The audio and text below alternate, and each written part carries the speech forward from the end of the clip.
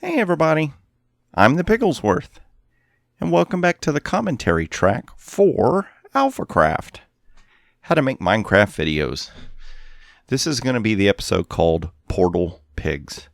Now while this episode is getting warmed up here, because I'm basically doing commentary on the fly, I'm hitting play, watching a video I haven't seen in a long time, and just doing commentary over it. So I want to let this one play for a moment, just kind of remind me what was going on here.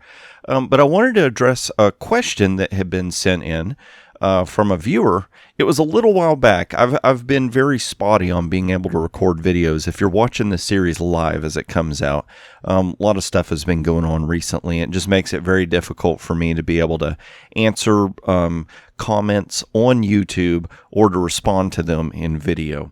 But I had mentioned to this person that I would have liked to been able to respond to them, but decided, hey, I'll do this in a video. Let's see here. What had happened here? I think this is... Oh, okay, that's right. It was a delivery package.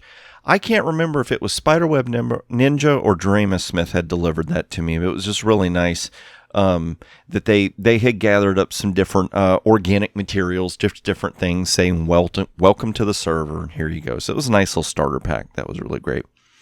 But the question was, and it's been a few days since I looked at it, so I'm going to probably mess up verbatim what they said.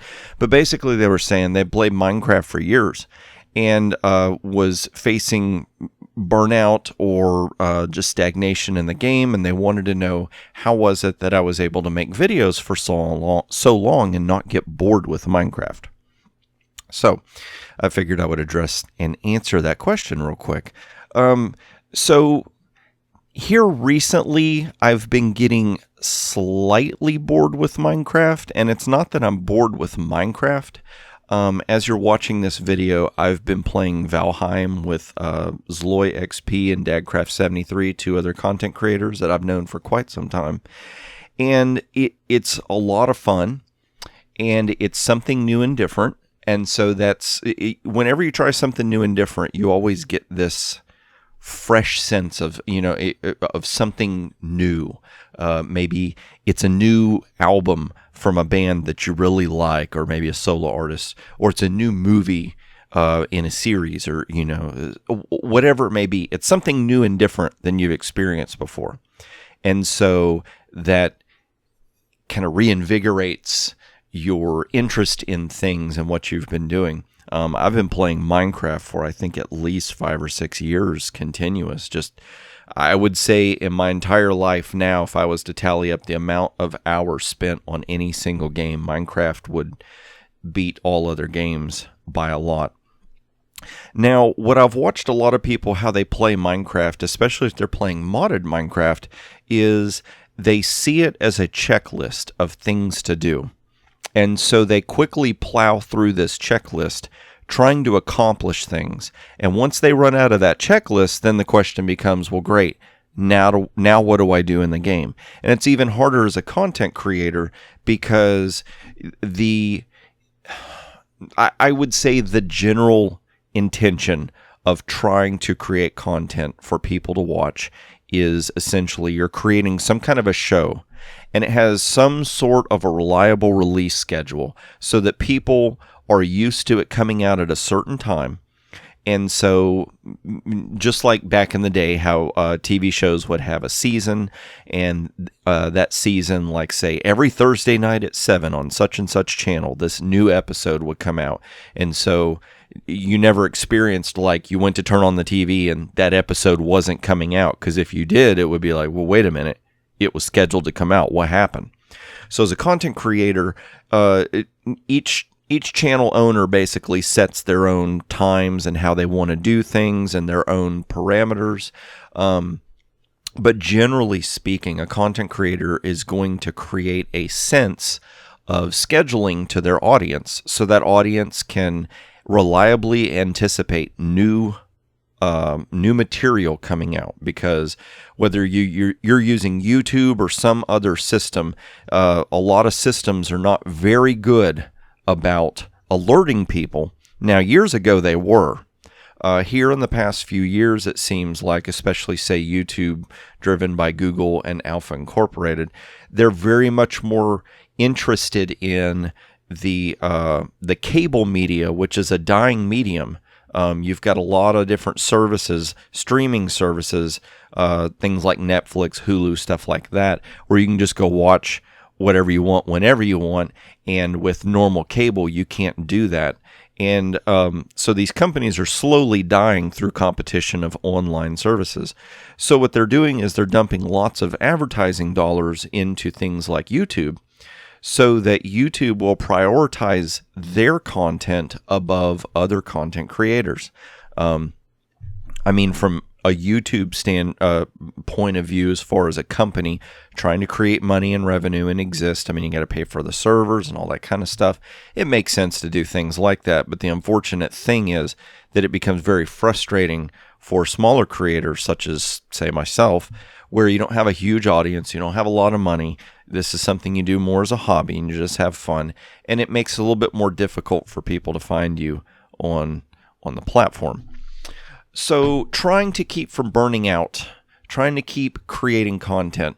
The best advice that I can give, and basically what I do, is I pick things that I enjoy doing. Minecraft being one of them. And the way that I don't burn out in Minecraft is, and this is basically how I do it. Now, this might work for you. It might not. What you have to do at the end of the day is you have to find what works for your personality type or your mindset, what kind of person you are. Different people work differently. Oh yeah, I'm basically, we're surveying the area right here, and I'm revealing to the audience I would like to build a cave pathway gate area right here, but we have to go over here a little farther away, because basically in this episode we're setting up the portal so that we have a way to get into the Nether and be connected to all the other players as well. So what I do, and I do this with a series before I even start it, I envision some kind of story that I'm wanting to accomplish, even if it's just a few bullet points of things that I would like to see. Like with this season of Alphacraft, I have this overarching story of why the base I'm going to build exists. Now, I don't have all the details. Even as of right now, we're still filming this season, and so I don't have every single little detail worked out. But I have some major bullet points that I want to accomplish in this season for this base that I'm going to build.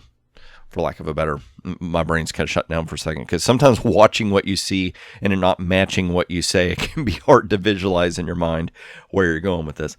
So I had this image in my head of the basic outline of the base, and so that gives me something to aim for, something to accomplish for a long period of time. I think by the time that we're done with this season, it will be almost over a year that Season 2 Alphacraft has been running. And so I'm constantly, slowly, incrementally working towards fulfilling that goal of what I set down as my main goal for this season.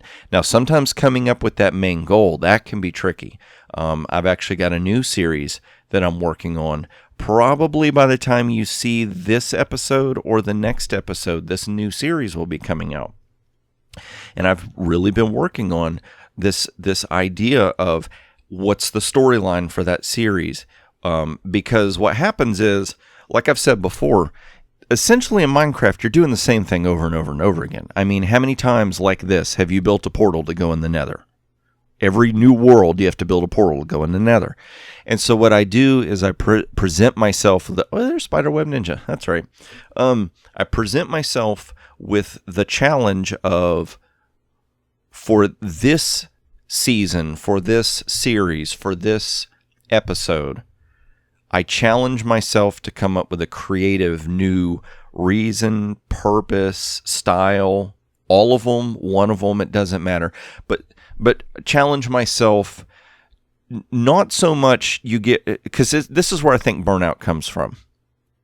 I got to build a portal. I've built hundreds of portals. I've been playing this for years. I got to build another portal. Ho hum, that's boring. And you start to burn out. As a creative person, your mind works in such a way that you're always creatively looking for new ways to express yourself. So what you do is, let's say for sake of argument, let's pretend like Minecraft was real life. Now, we know it's not. If you do, please seek professional help. Minecraft is not real life. It's just a virtual existence, a game, a digital space where you can interact and play things. But let's say that Minecraft was real life. Okay, real life is restrained by rules. We have gravity. We have electricity. When the wind blows, and there's different factors and things that happen. You have temperature. There's all these parameters and variables in life that exist, and they're pretty much not going to change. Or if they can change, no one as of yet has discovered how to do that. I don't think that we'll figure out a way to change the rules of gravity. We may someday learn how to bend those rules, but you're not just going to snap your fingers and all of a sudden the way gravity works just completely changes for the entire universe. So there's these constraints within our existence that are that way. You're going to get burned out on life if all you ever do is focus on, when I throw something up, it falls to the ground. Let's see if it happens this time. I'm going to throw something up. Oh, it falls to the ground. So instead of focusing on that, which is repetitive, the same, it's always going to be the same. It's almost reliably, every single time it's going to work given the same conditions. You start to treat this game the same way. Now, yes, new things come out, new updates come out that create new little things that you can do that you couldn't do before. So that's where it's a little bit different. But what you do is like building this portal. Okay, I got to build a portal. I got to build a portal in an episode. Everybody's seen somebody build a portal. No big deal. Okay, creative self. How do we make building a portal unique and different this time from all the other times we've done it? And then you have to trust your artistic instincts. This is when you create this artistic, creative answer to a problem you've given yourself. And then you have to trust your instincts that this creative idea you're trying can work, could work. You might be able to accomplish it. Sometimes you bite off more than you can chew. Sometimes you have to adjust it as you go because things don't want to work right. That's part of working through the creative process. Don't ever fool yourself into thinking that a creative person sits down and wakes up one morning and suddenly in 30 minutes they've written a brand new song. And if you were to hear them perform that song 30 minutes after they wrote it, that song would sound absolutely identical to what it would sound like whenever that song gets put out on the radio or is released to the public. There is an entire process of creativity from inception of idea to actually presentation to the world of that idea, and things change and morph. Sometimes new ideas get brought up in that process and get layered on top of it. Sometimes what you started with looks nothing like what you're finishing with. But at the end of the day, the ultimate goal is that you as a creative person are trying to express yourself to the fullest limit that you can, so that at the end of the day you can look back at your creative whatever it is you've done and be satisfied that creative thing is saying something or doing something from you. Not, this looks like I've copied somebody, and because I love what they do, I've made a mimic of it. And so because I love what this person does, that means I love what I did. That's kind of there's a certain small window that you can do that called homage or homage, depending on how people want to pronounce it, where you are basically creating something as a compliment to those that you admire as being creative. But when you're wanting to actually be a unique creative person, you have to, and it's scary. It's you're really putting yourself out there, and you're basically putting your emotions on your shoulder and knowing that somebody somewhere is going to smack it, somebody's going to shoot at it, somebody's going to poke it, somebody's not going to like it.